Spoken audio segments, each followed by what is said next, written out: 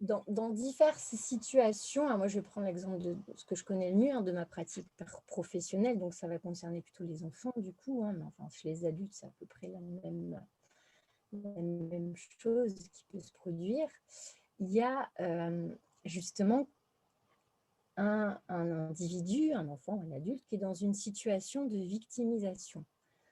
Soit parce qu'il est dans le rejet, parce qu'il est différent des autres, c'est ce qu'on a vu avec le vilain petit canard, et que lui, il veut adhérer au groupe, parce que c'est aussi dans notre nature, celle des animaux et la nôtre, des êtres sociaux, d'adhérer au groupe et d'être reconnu par le groupe.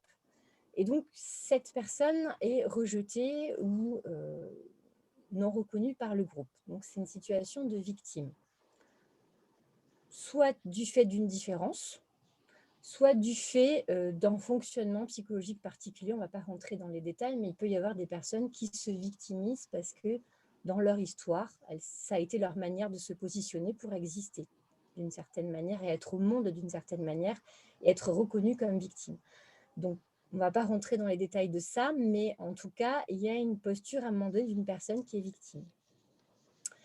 Et le groupe étant ce qu'il est, toujours pour les mêmes raisons d'adhésion, si on voit qu'une personne est victime, la majorité du groupe va se comporter de manière à fonctionner dans le groupe. C'est-à-dire que si quelqu'un est rejeté, on va le rejeter de la même manière pour être dans le groupe et faire partie du groupe. Et il y a toujours dans ce groupe-là une personne ou deux qui vont trouver ça terriblement injuste, qui vont aller soutenir cette victime contre le groupe ou l'approbation du groupe, qui a la posture du sauveur. Mais en réalité, cette posture, elle est tenable que sur le court terme, on va dire.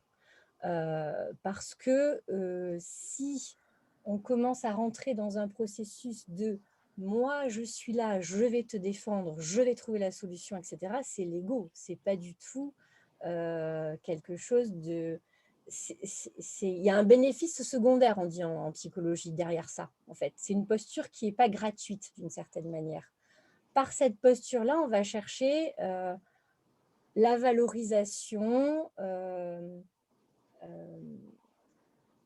en se posant comme la personne qui va défendre la veuve et l'orphelin, mais en partant d'un constat qui n'est pas la pure noblesse de cœur, mais qui est je vais le faire parce que c'est bien de le faire et parce que je vais être reconnue comme celle Voilà. qui fait la situation. Voilà. Oui, besoin de reconnaissance, oui, tout à fait. Et ça Tout à répond fait. toujours à un besoin de reconnaissance. Donc, c'est différent de l'adhésion au groupe, mais il y a un besoin de reconnaissance de la part de la victime, là, pour le coup. Donc, voilà un petit peu comment ça fonctionne. Après, moi, je ne suis pas une psychologue, donc je ne vais pas aller plus loin dans le débat. Je ne suis pas non plus thérapeute. Mais voilà, moi, ce que je peux observer dans ma pratique, où il y a un peu toujours les mêmes cas. Et souvent, ce qui est curieux, c'est que les victimes retombent, en changeant de groupe, retombent dans des situations de victimes. Ça, c'est quelque chose qui m'interpelle souvent. Et n'analysent pas forcément la situation dans laquelle elles ont été victimes et le pourquoi elles ont été victimes. Et donc, c'est un cycle qui se poursuit un peu comme ça. Voilà, après, je vous dis, moi, je ne suis pas thérapeute ni psychologue. Je le pratique à mon niveau et j'essaie d'expliquer aux enfants à mon niveau. Voilà, si quelqu'un d'autre a une autre analyse, je veux bien l'entendre aussi et la partager. Et que